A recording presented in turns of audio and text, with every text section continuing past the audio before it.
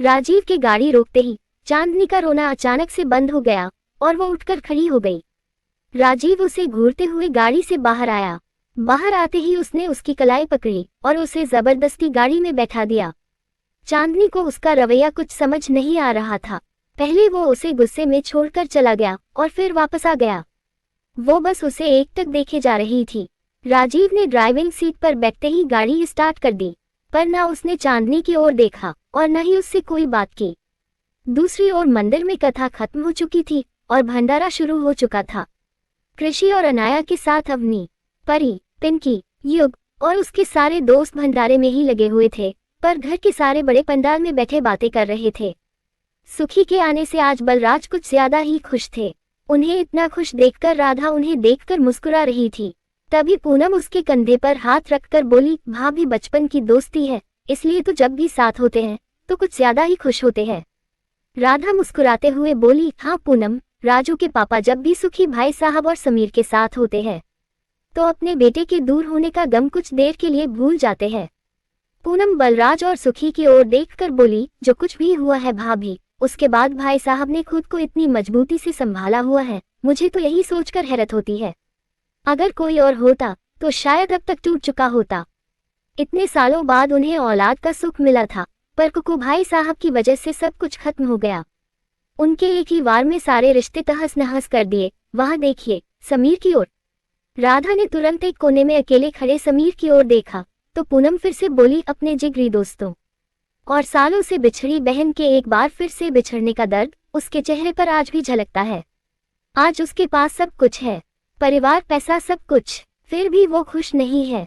ये सब सुनकर राधा ने खुद को संभाला और बोली, पता नहीं पूनम, सब कुछ कब ठीक होगा और कितना इंतजार करना होगा हमें। ना जाने कब कोई ऐसा आएगा हमारी जिंदगी में जो सब कुछ पहले की तरह ठीक कर सकेगा। राधा ने इतना कहा ही था कि तभी राजीव ने अपनी गाड़ी मंदिर के बाहर रोक दी।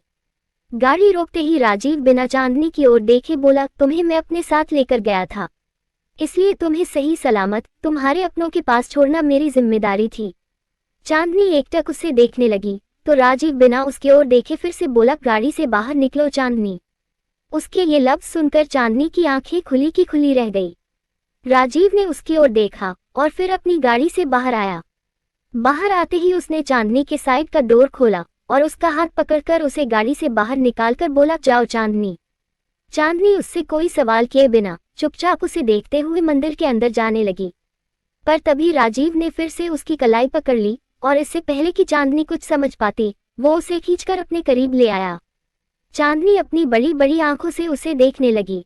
राजीव उसकी आंखों में देखकर बोला, तुम्हारे पास सिर्फ 24 घंटे है चांदनी, अगर इन 24 घंटों में तुमने खुद आकर मुझसे अपने प्यार का इकरार नहीं किया तो क्या जबरदस्ती मुझे खुद से प्यार करने के लिए मजबूर करेंगे? इसे प्यार कहते हैं आप? चांदनी ने गुस्से में पूछा। राजीव ने उसकी दोनों बाहें पकड़ी और उसे अपने करीब लाकर बोला, नहीं, नहीं कहते इसे प्यार, प्यार उसे कहते हैं। इतना कहकर राजीव ने वही एक दुकान पर लगी राधा कृष्ण की एक बड़ी सी तस्वीर की ओर इशारा किया। चांदनी ने तुरंत नजरें उठाकर उस तस्वीर की ओर देखा तो उसकी आंख भर आई।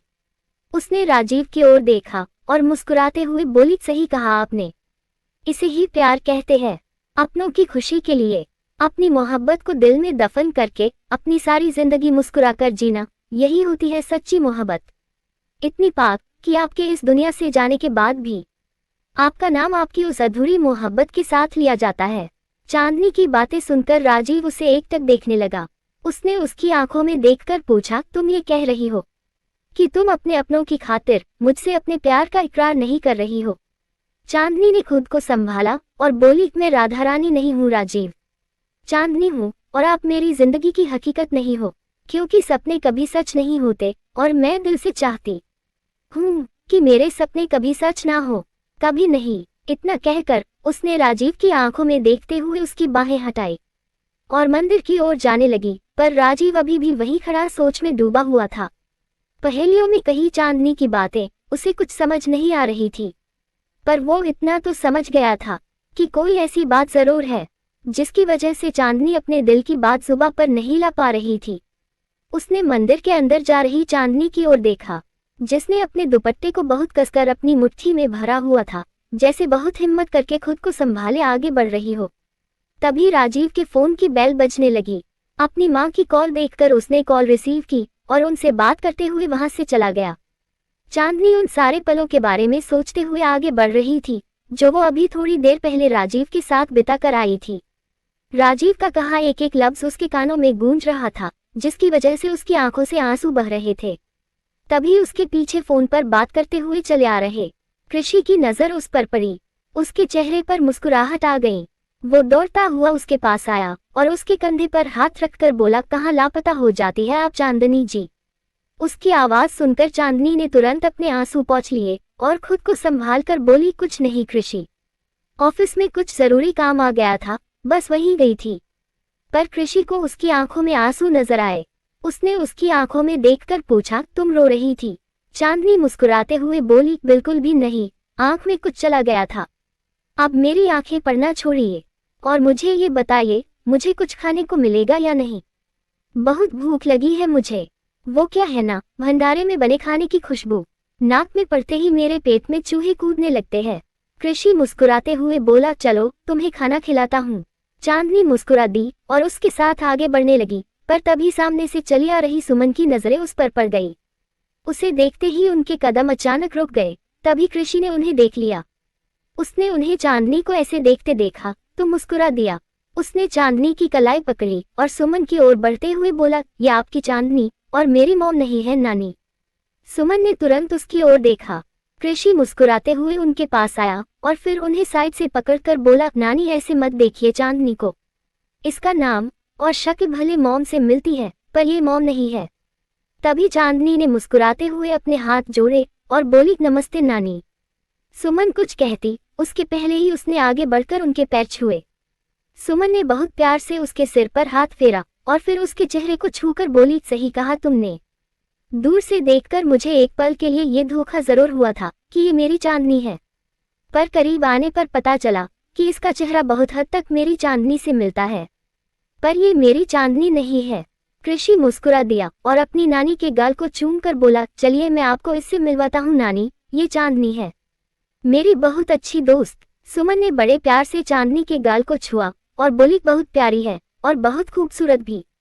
चांदनी ने मुस्कुराने की कोशिश की तो सुमन ने कृषि की ओर देखा और बोली, चलो आओ, सब तुम्हें खाना खाने के लिए बुला रहे हैं, तुम भी आ जाओ बेटा। कृषि ने सिर हिलाया और बोला, आप चलिए, हम बस आ ही रहे हैं। सुमन चांदनी को देखते हुए वहां से चली गई। उसके जाते ही कृषि चांदनी से बातें करते हुए आगे बढ़ने लगा। सुमन उन्हें देखकर मुस्कुरा दी। तभी राधा ने उनके पास आकर पूछा, कैसी लगी आपको इनकी जोड़ी? सुमन ने तुरंत पलटकर उनकी ओर देखा। राधा मुस्कुराते हुए उनके पास आई और बोली, मुझे लगता है कि हमारे बिखरे हुए रिश्तों को संवारने के लिए एक और चांदनी का हमारे परिवार में शामिल होना बहुत जरूरी है। मुझे इस लड़की में हमारी चांदनी नजर आती है और मेरा दिल कहता है कि यही लड़की हमारे परिवार को जोड़ सकती है, मेरे राजू और चांदनी को वापस अपने घर ला सकती है। कह तो आप ठीक रही है राधा जी, मुझे भी यही लगता है कि हमारे बच्चों को फिर से घर वापस लाने के लिए अब हमें कोई ना कोई कदम तो उठाना ही होगा। और एक बात कहूँ आपसे, मुझे आपकी पसंद बहुत पसंद आई। अगर कृषि को ये लड़की पसंद है तो हमें इनकी शादी जल्द से जल्द कर देनी चाहिए। वैसे भी कृषि के सिर पर सेहरा देखने का इंतजार बहुत लंबा हो गया है। सुमन की बातें सुनकर राधा के चेहरे पर बड़ी सी मुस्कुराहट आ गई। वो तुरंत बोली, मैं कोई अच्छा सा मौका देखकर चांदनी के पेरेंट्स से इस रिश्ते की बात करती हूँ, पर उससे पहले आप एक बार चलकर उसके परिवार से भी मिल लीजिए। जितनी प्यारी चांदनी है उतना ही प्यारा उसका परिवार भी है, बहुत अच्छे और शरीफ लोग हैं, आइए। दूसरी ओर समीर किसी से फोन पर बात कर रहा था, पर तभी उसकी नजर विशाल पर पड़ी। वो भी किसी से फोन पर बात करते हुए उसी ओर आ रहा था। समीर के कदम रुक गए और उसे बीती बातें याद आने लगी। उसने खुद को संभाला और पलटकर जाने लगा, पर पलटते ही वो पीछे से आ रहे एक लड़के से टकरा गया जिसके हाथ में गर्म खीर की बाल्टी थी। टकराने की वजह से खीर समीर के हाथ पर आ गिरी। आओ, समीर के मुंह से आ निकल गई। वो अपना हाथ झटकने लगा। उसकी आ सुनते ही फोन पर बात कर रहे विशाल की नजर उस पर पड़ी और वो दौड़ता हुआ उसके पास आया। उसने तुरंत समीर का हाथ पकड़कर पूछा, समीर तू ठीक है? हाथ चला तो नहीं तेरा? समीर ने नजरें उठाकर उसकी ओर देखा। विशाल को अपने सामने देखकर उसने गुस्से में उससे अपना हाथ छुड़ा लिया। विशाल ने भी तुरंत उसकी ओर देखा तो समीर वहां से चला गया। विशाल वहीं खड़ा उसे जाते देख रहा था। उसे भी वो सारे पल याद आने लगे जब वो राजीव और समीर के साथ हुआ करता था। उसे अपनी, समीर की और राजीव की शादियां भी याद आई, जो उसके चेहरे पर मुस्कान ले आई। तभी अनाया ने आकर अपने डैड की बाह अपने दोनों हाथों से पकड़ी और बोली, डैड अब बस भी कर दीजिए, भूल जाइए बीती बातों को और जाकर समीर अंकल से बात करिए। विशाल ने मुस्कुराते हुए उसके सिर पर हाथ फेरा और बोला, अनाया मुझे कभी कभी तो ऐसा लगता है कि तू मेरी और निशा की नहीं बल्कि चांदनी और राजीव की बेटी है। बिल्कुल उसी की तरह बातें करती है। पर बेटा, बच्चे बड़ों के बीच बोलते अच्छे नहीं लगते। ये समीर, राजीव और मेरा आपस का मामला है, वक्त आने पर हम देख लेंगे। इतना कहकर उसने पीछे से हाथ बढ़ाकर उसकी बाह पर रखा और उसके साथ आगे बढ़ते हुए बोला, और फिलहाल मेरी बेटी को अपनी दादी से ये सीखना चाहिए कि अपने ससुराल वालों को अपना कैसे बनाया जाता है, कैसे उनके दिलों पर राज किया जाता है। वो तो मैं ऑलरेडी सीख चुकी हूँ डैड। आप सबसे नाराज होकर बैठे हैं, पर बाकी सब आज भी वैसे ही है। मेरी दोनों बुआओं ने मुझे अपनी तरह ही अच्छी बहू और बीवी बनने की ट्रेनिंग ऑलरेडी दे दी है, इसलिए आप चिंता मत करिए। आपकी बेटी आपको कभी शिकायत का मौका नहीं देगी और न ही आपको कभी किसी के सामने शर्मिंदा करेगी। विशाल के चेहरे पर बड़ी सी मुस्कुराहट आ गई। उसने अनाया को अपने सीने से लगा लिया। तभी परी की नजर उस पर पड़ी। वो दौड़ती हुई विशाल के पास आई और पीछे से उसकी गर्दन पकड़कर उसकी पीठ पर चढ़कर बोली, आई लव यू मामू।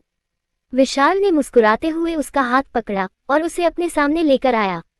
परी उछलते हुए उससे आ लिपटी और फिर बोली, मामा जी मैं आपसे बहुत नाराज हूँ। आप मेरे बर्थडे पर नहीं आए और कृषि भैया से तो मैं कभी बात भी नहीं करूंगी, वो भी नहीं आए। अपनी ये नाराजगी बाद में जता लेना, पहले चलकर खाना खा ले। नानू कब से सबको बुला रहे हैं, चल। अनाया परी का हाथ पकड़कर उसे ले जाते हुए बोली। बाकी सब भी उनके पीछे चल दिए। तभी विशाल को पिंकी नजर आई। पिंकी ने भी जब उसे देखा तो भावुक हो गई।